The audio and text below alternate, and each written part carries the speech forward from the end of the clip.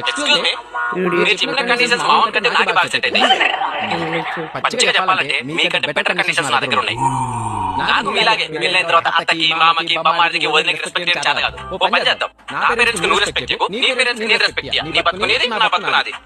Number 2, I'm also public figure. నా Insta ID, నా FB ID నువ్వు అడగదు. నేను చాటింగ్ చేసుకుంటాను, నేను డేటింగ్ లోకి వెళ్తుంటాను. సో నీకు నచ్చిన వాళ్ళతో నువ్వు చాటింగ్ చేసుకో, నాకు నచ్చిన వాళ్ళతో నేను డేటింగ్ చేసుకుంటాను. నెంబర్ 3, పెళ్ళైన తర్వాత ఇద్దరం కలిసి ఉందాం అనుకున్నాం అనుకో, నువ్వు ఒక 10 లక్షలు తే, నేను ఒక 10 లక్షలు తెస్తా. ఇద్దరం కలిసి కొత్త ఇల్లు కొనుక్కొని ఉందాం. పోనీ రెంట్ కొందాం అనుకున్నాం అనుకో, నువ్వు ఒక 5,000 తే, నేను ఒక 5,000 తెస్తా. రెంట్ షేర్ చేసుకొని ఉందాం. గర్ల్ ఫ్రెండ్స్ బాయ్ ఫ్రెండ్స్ అంటావా? నాకు గర్ల్ ఫ్రెండ్స్ ఉన్నారు. నువ్వు నీ బాయ్ ఫ్రెండ్స్ తో తిరుగు, నేను నా గర్ల్ ఫ్రెండ్స్ తో తిరుగుతా. పేరెంట్స్ ముందు మాత్రం పిల్లల మొగుల్లా ఉందాం. నెక్స్ట్, పబ్లిక్ ప్లేస్ లో పోవే రావే ఉసేగిసే అంటావా? అసలు పబ్లిక్ ప్లేస్ లో ఉన్నప్పుడు నువ్వు నా పిల్లల అన్న విషయం మర్చిపోతా. నీకు నచ్చిన నువ్వు లైన్ వేసుకో, నాకు నచ్చిన నేను లైన్ వేసుకుంటా. ఇక ఇంటి పని వంట పని అంటావా? పని మనిషిని పెట్టుకోక అయిపోయింది. దాని గురించి నేను పెద్దగా పట్టించుకోండి. నెక్స్ట్, పిల్లలు ఇప్పుడు పూజించే శక్తి